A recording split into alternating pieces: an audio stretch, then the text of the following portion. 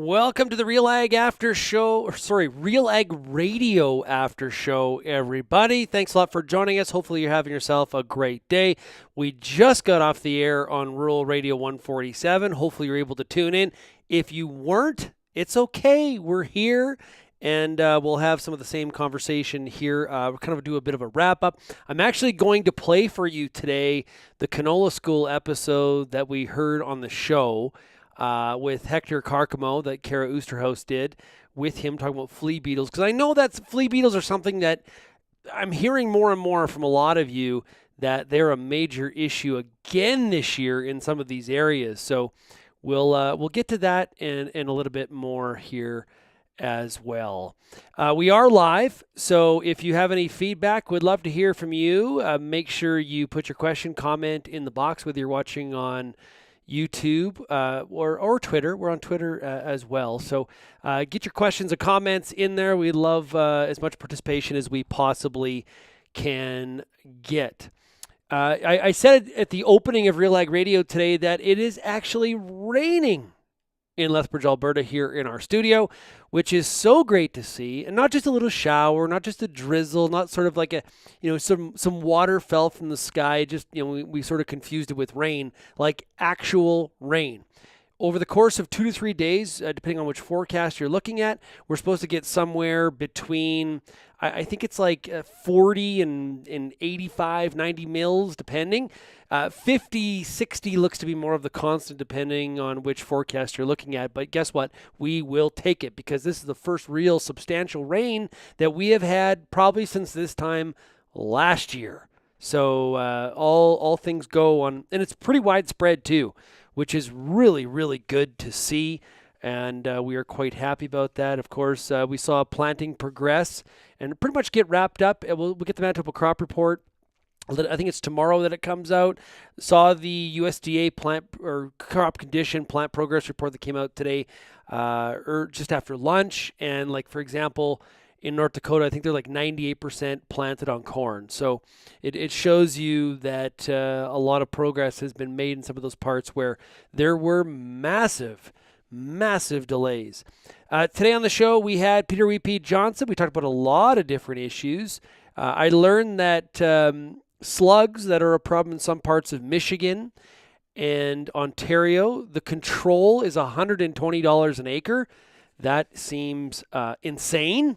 I was not aware of that, but we learned that today on the show. We also talked about the continued slow start to those soybeans in Ontario. And, if you look at the wheat crop has had its challenges. Now soybeans are having their challenges. Corn has really skated through and looks pretty decent. But, of course, there's a lot of time yet.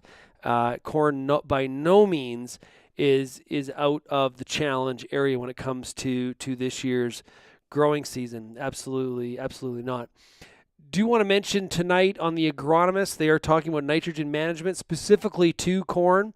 So if you are growing corn in the U.S., in Ontario, Manitoba, how about some maybe corn for silage? This will be the episode for you. So I encourage you to join Lindsay Smith and her experts tonight, 8 o'clock Eastern, 6 o'clock Mountain, right here on YouTube. Twitter, Facebook, realagriculture.com/live. Lots of ways to take in that show and enjoy it. Okay, what I want to do for you, this is kind of different. We haven't done this before. I'm always playing with new stuff. What I want to do for you is I want to play you the Canola School episode that we heard today on the radio show, talking about when you should spray for flea beetles, because there's some info in here comparing the threshold to what the actual visual looks like that I think are very worthy of noting. So here is that video. Let's watch. The Canola School on RealAgriculture.com is brought to you by BASF Canada and Invigor Hybrid Canola.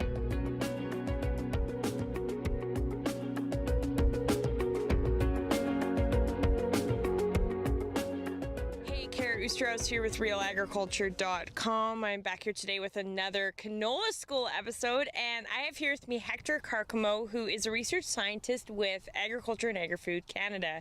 How's it going today? Hello everyone, I'm doing all right. Feeling a little bit happier now. We got a bit of rain. Yes, absolutely. And happier, especially when we're looking at the specific insect we're here to talk about today, and that is flea beetles. Now, you've done a ton of work with flea beetles in the past. What are some of the things you're looking at right now? Yes, recently we have been looking at validating the economic thresholds for flea beetles. We completed a study and we have confirmed that the economic threshold for flea beetles is around 25% of damage on the cotyledons. And more recently, we have been looking at the effect of seeding rates and plant densities on flea beetles, and also comparing how efficacious foliar sprays are compared to seed treatments. So that's some of the work that we have been doing. And one other area that we have been doing work for many years is to identify the predators that are affecting flea beetles. And we have been collaborating with other scientists that do molecular biology work. So we're hoping that that work eventually will provide some useful information for growers. So now when we're looking at economic thresholds, that obviously means that's where it pays to spray. Now, 25%, what does that look like on the cotyledons? If you're looking at a cotyledon with 25%, usually for a grower sometimes it looks worse than what it is, but it may start to look quite bad at 25%. And I usually tell people that the economic threshold is a guideline that we use, right, to be able to only spray the insecticide if you absolutely must spray the insecticide, right? Because if you are below that threshold, you should not really be spraying. Allow the natural enemies to help us manage the flea beetles by eating them, right? But plants can actually tolerate, canola plants are extremely good at tolerating insect feeding. So in reality, canola plant can even take up to 50% of defoliation, which if you see a plant with 50% defoliation, it will look really bad. It will be all ragged up and all eaten up. So, but canola plants can actually tolerate a lot of damage. We say 25% because flea beetle damage can accumulate very rapidly, right? Especially if you have a hot day. So we say, okay, 25% time to get out and spray, because usually by the time you actually spray, the actual injury to the plant will be much higher than 25%. But we know that the plants can still tolerate that level of damage, especially if you have a little bit of rain. If the conditions are very dry and the plants are very stressed, then it's a different story. They are not able to compensate as much. But normally canola plants can tolerate quite a bit of damage. So by the time you have 3 or 4 true leaves on your canola plants and you had some rain, the fertility is good, then you shouldn't really be spraying for flea beetles, because by that time the plants can afford to feed the flea beetles, so to speak, and you shouldn't really be wasting your money on spraying and also causing the non-target effects of killing the beneficial insects that are on the ground.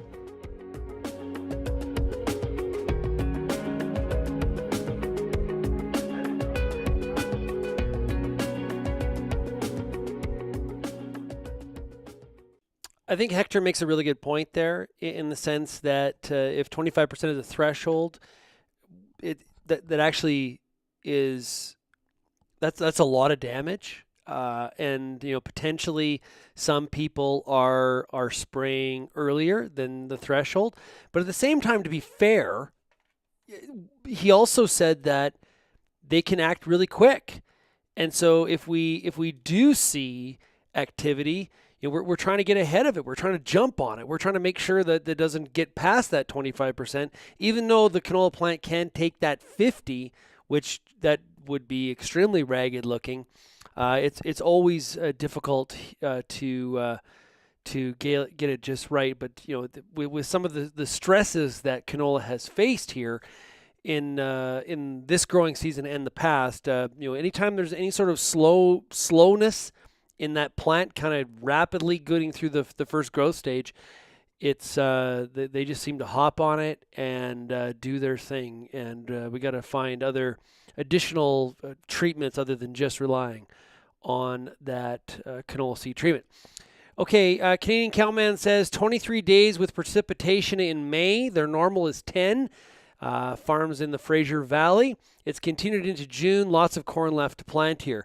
It'd be very interesting, Canadian Cowman. Appreciate you tuning in. What the cutoff is, right? A lot of corn is being planted in that valley for fertilizer, for silage, not for fertilizer, for silage. What is the cutoff? At what point are we maybe putting in oats or a barley or something like that? If you're still on the stream here, we'd love to hear from you on what the update is on that. Today on the show, we hit on. Actually, I'm going to show you something else first. Hold on here. I tweeted this during the show. There we go. So Josh is. I should turn that off. Josh is in Vulcan, and we were talking about how it's raining in southern Alberta. So there's that picture. Really, really good to see. It was interesting. Jim Hale, who also farms in the Palliser Triangle, he's out in Lancer, Saskatchewan, says it's the biggest rain in 24 months. So, yeah. There we go. Zoom in. Look at that. Look at the visual effects we have here today. Josh said this picture was in Vulcan, but the gauges at Arrowwood and Milo are reading the same. John Gilly says hashtag Milo Monsoon. But yes, it is. It really is good to see. I agree, Josh, that it is good to see that we're getting this rain at this time. And of course, we've been watching in Manitoba with extreme jealousy. We don't need all of that rain that Manitoba got, but we'll take a little bit at least. What's also interesting is that at this time, like in Ontario, I'm booking a trip. I got to go to Ontario next week. I got to be in Guelph on next Tuesday. And like it's only like 20 degrees Celsius, 22 degrees Celsius. It feels a little bit cooler than normal. I wonder if this kind of continues, how long it is till we start to talk about how the corn crop isn't getting the heat units that it needs. Maybe somebody out there has a particular feeling on that one. Some top news that we covered today, once we finished all the agronomic talk, we talked about we should talk about today's poll. Okay, so today's poll on realagriculture.com, actually this week's poll, has to do with the farmer wave. Give me a second here, and I will pull that up so I can show you. It's hard to produce and talk at the same. Oh shoot, I didn't do that right. We put a new poll up every week, and hold on here. We'll get to the poll, and I'll go like that. There we go. This week's poll: when you pass another farmer tractor pickup on the road, do you small wave with your hand still on the steering wheel? You can see that's by far the biggest answer. The head nod, a full hand wave a la Forrest Gump. Remember, like, hey, Lieutenant Dan, Lieutenant Dan. We also have quick look away to avoid eye contact, or do a double take, wave a moment too late. So you have to text the person to say you saw them. Go to realagriculture.com and get your vote in today. So it's some of the top ag news that we covered today. We talked about the passing of legendary personality, comedian, broadcaster on the agriculture side, Baxter Black. Mr. Black passed away late last week, and he was 77 years old. He is no stranger to many fans of cowboy culture and humor. He had a famous appearance on The Tonight Show, where he did his routine. I remember as a kid, we had a DTN terminal, like one of those boxes they used to have to get the markets, and there was a whole bunch of other stuff that was on there. And one of the things was his vignettes, and always enjoyed Baxter Black. I remember when we started RealAg Radio, I remember I got this phone call, and there was a guy on the other end. He says, "Hello, Shaun." And yep. And he says, "I'm Baxter Black." And I was like, "Oh my God, I'm talking to Baxter Black. Oh my God. So I had the chance to talk to him. I think it was 3 times on the phone when we first started the radio station or radio show. And wow, that was pretty cool. I was like, this is pretty amazing, because I just remember his style and his humor was just such a part of what I can remember as a kid. So we talked about that. We also talked about the $100 million investment announced today by the federal government. The Canadian government is contributing up to $100 million to help develop and minimize the carbon emissions from BHP's new $7.5 billion potash mine. Quote here from Minister Bibeau: "It is essential that agriculture producers in Canada and around the world have access to the inputs that ensure their productivity. Our government's investment in the world's greenest potash mining facility will help our farmers feed a growing world population. It will also solidify our country's position as a major fertilizer producer and a reputation as a trusted exporter." So there's a lot to think about here on how all this sort of fits together. Politically, there's a lot of political pressure to increase domestic production of synthetic fertilizers. Saskatchewan has a wealth of potash resources. Countries like the U.S., one of our major customers of potash, is looking for alternative sources than Russia or Belarus. The other part here is that this is happening at a time when we're talking about fertilizer reductions. So, this kind of goes back a little bit to some of the criticism that Prime Minister Trudeau got when he was down at the Summit of the Americas, where they talked about, he was really pressed on, how can you say you're doing things for the climate, Mr. Trudeau, if you also are supporting and have a functioning oil industry. So this is sort of the plank, so to speak, or the wire, probably is a better way to put it, the wire that the government walks when it comes to these sorts of things. Good to see that they're behind it. The mine was announced a while ago, I believe. But today's announcement is, the government providing some support. I don't know. The company said it will use the funds to purchase electric rather than diesel machines and other equipment that will operate with lower emissions. So there you go. That's how it fits into the lower emission narrative. And more on that story is up at realagriculture.com. We're hoping later this week to have an interview with some representatives from Canada that are at the World Trade Organization Trade Minister Conference. That is going on this week. We also saw, and if I'm really smart, I won't pull it up. What we saw is AEM is out with their flash report on tractor sales and combines. The U.S. numbers are weak compared to last year.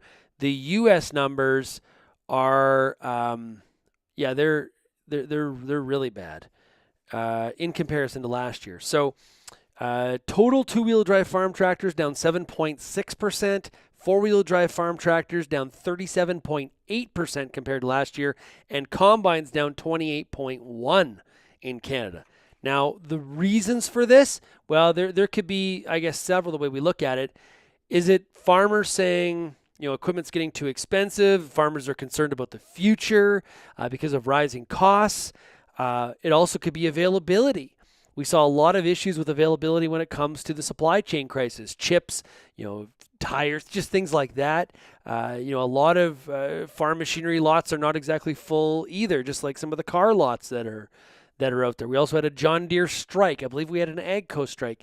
So there's a lot of things that are kind of working to that number. We'll have to see after the first 5. Yes, Normie. Pull type combines, yes. I changed these. Yes. So Norm is correct.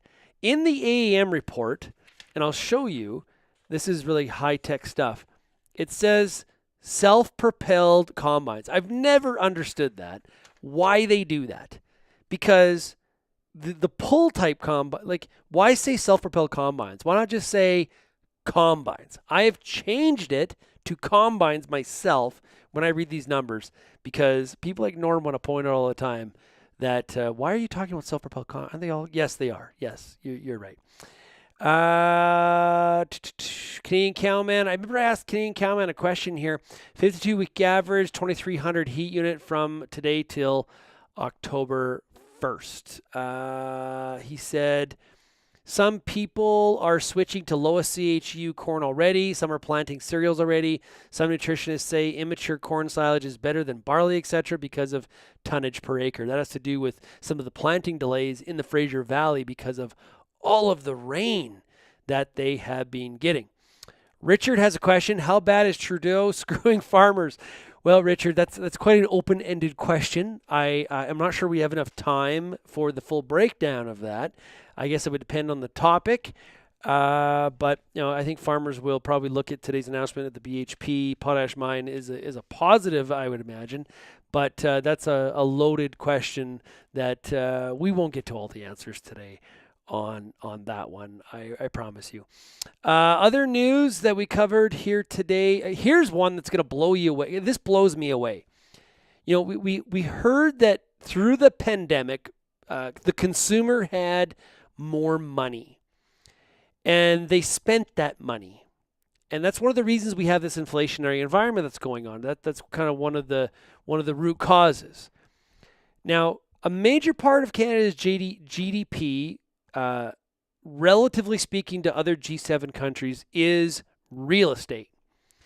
The Canadian real estate market has been very hot. Very hot. Okay? We talked about a lot about this on Friday's RealAg Issues panel. Manulife is out with some new survey data. They surveyed a bunch of people from April 14th to the 20th. So not that long ago, and I believe we've had one rate hike since then. Okay? We know also that there are more rate hikes coming. It is not an if statement. There are more rate hikes coming. Here's the scary piece of data, okay? Nearly 1 in 4 homeowners say they will have to sell their home if interest rates go further higher. 1 in 4. 18% say already they can't afford their home. That is terrifying. Clearly all that extra jingle that were in consumers' pockets went into boats, snowmobiles, and cars, or maybe even the new home. But the service, the interest cost has become a massive problem. I also wonder, banks like Scotiabank, I think, has almost like a line of credit mortgage, right? Where you're not making regular payments, you just got to make the interest payment. So even through some of the good times, some people really didn't get some of that house paid off because they delayed that because they were buying other stuff. This is a real shot across the bow if you think about where we could be going forward when it comes to some of those real estate prices, and that's the pop you're hearing is the pin going in the balloon when it comes to home values. Wow, that is I don't know. Maybe you have a different thought than that, but that really does terrify me, because if it's 1 in 4 cannot afford their homes if interest rates go up just a little bit further, we're going higher from here. There's no question about that.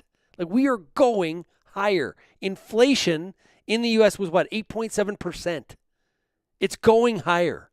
Canada, I can't remember the latest CPI number. It was over 6. It's high. Interest rates are going up to control inflation.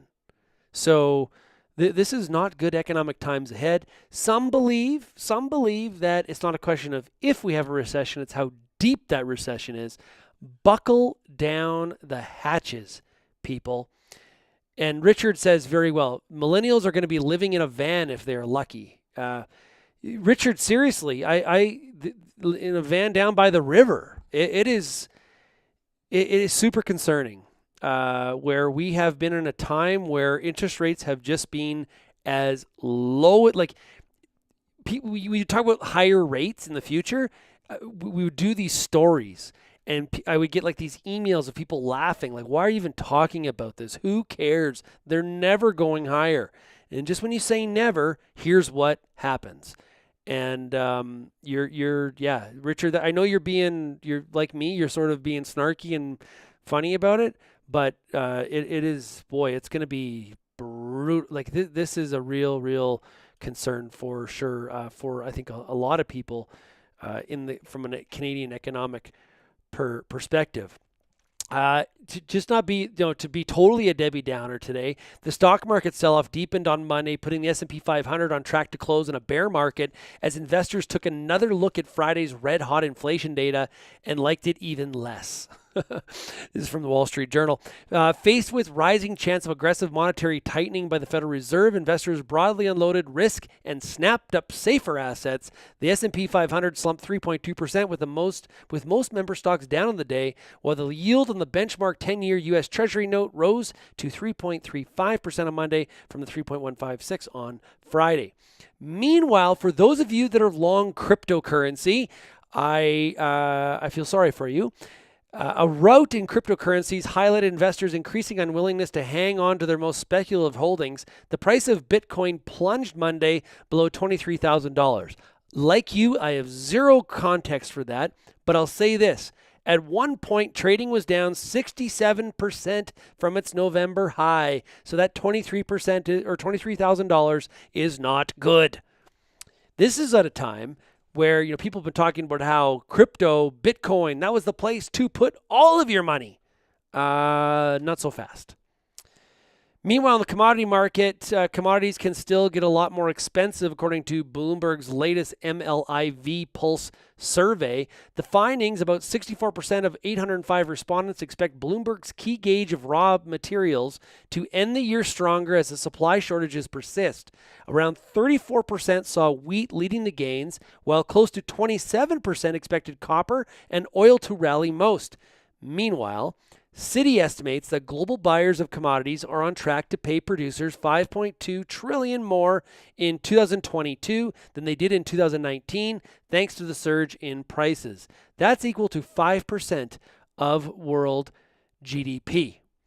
So wheat is the one that everybody thinks is going to go aggressively higher. We will see. I do wonder sometimes, like we're seeing a lot of the focus on wheat based on what's happened in Ukraine, what the patheticness of the winter wheat crop in the U.S. Very poor harvest beginning. Up until now, lots of concern about the Western Canadian wheat crop. This weather this week may change some of that in some of the real harshest hit areas of the drought in the Palliser Triangle. But I have always been, I think I got to give credit to Chip Flory from AgriTalk, who taught me that never trust a market where wheat leads us higher. And I don't even know what the quantitative, I remember him saying that. Corn is the one, beans are the one that, if they lead us higher, then we feel better about it. But if it is wheat leading us higher, that's where you maybe start to get a little bit concerned. Now, maybe that is different because the fundamentals are special in this case, but definitely something to keep in mind. I see the tweets all the time, that front page of The Economist, those 3 heads of wheat, and everybody's saying that's the top of the market, mainstream, The Economist is on it. It is over. We'll see. It's interesting on that. I didn't realize that when I saw that cover on the Economist webpage, it's not just 3 heads of wheat, but each of the kernels on that picture. I wish I had a picture to show you of that. I'll try to pull it up really quick. Each of the kernels are actually a skull. Can I find it? Here it is. Yeah, okay. No, that's not what I want. Okay, here. I can, just give me a second. Be patient, everybody. Okay, watch this. There we go. So I didn't realize it. So there's the front page of The Economist from the last week of May. So here's these 3 heads. And I never noticed this online until I got the actual copy of the magazine. How morbid is that? Yeah, how about that? That's pretty edgy. So some people think that, when we start to see the agriculture covered in this way, that's the top. Not sure about that. That is sort of also a rule in the stock market, by the way, as well. But this may be different in the sense that it's about food, just as much as it is about production. It's not just about production, right? It's the end use. Maybe that's a different frame for us to think about the mainstream coverage of this. But some of the mainstream coverage, I got to be honest, it is like, what are we talking about? There's some wild ass shit that is said by some people when it comes to talking about agriculture. You're just sort of like, what? What was that? You got to do it. It's a good thing for PVR because you can kind of go back and have a better look. And you're just like, yeah, I heard that right. That is nuts. Where did that information come from? My favorite is farmers are at the beginning of planting and seeding. There was, I won't even say who it was. You can make your guess. Was on mainstream news talking about how farmers were thinking about not planting their crops because diesel prices were too high. They're high. People are going to complain about it, but I don't think we're in a situation where someone's not going to turn the tractor on. So yeah, that's sometimes what you get. That's why you're here at Real Agriculture, and we appreciate it very much. Hey, want to encourage you tonight to tune in to The Agronomists. We got a great show for you. Lindsay Smith will be joined by a couple different experts talking about nitrogen management in corn. So if you're farming in the U.S. Midwest, Ontario, Manitoba, parts of Alberta, Alberta, Saskatchewan on silage. This is for you, and we would love to have you join us. Hey, Richard, thanks a lot, man. Great talk. Thanks. I appreciate you tuning in. I enjoy these after shows because we're not done. We finished the radio show on Rural Radio, and we're not done. So we kind of continue the conversation and have some fun. So, hey, I want to wish everybody the best. And we'll talk again tomorrow. We are live tomorrow on Rural Radio 147 again, and we'll do an after show as well. Have a great night, everybody.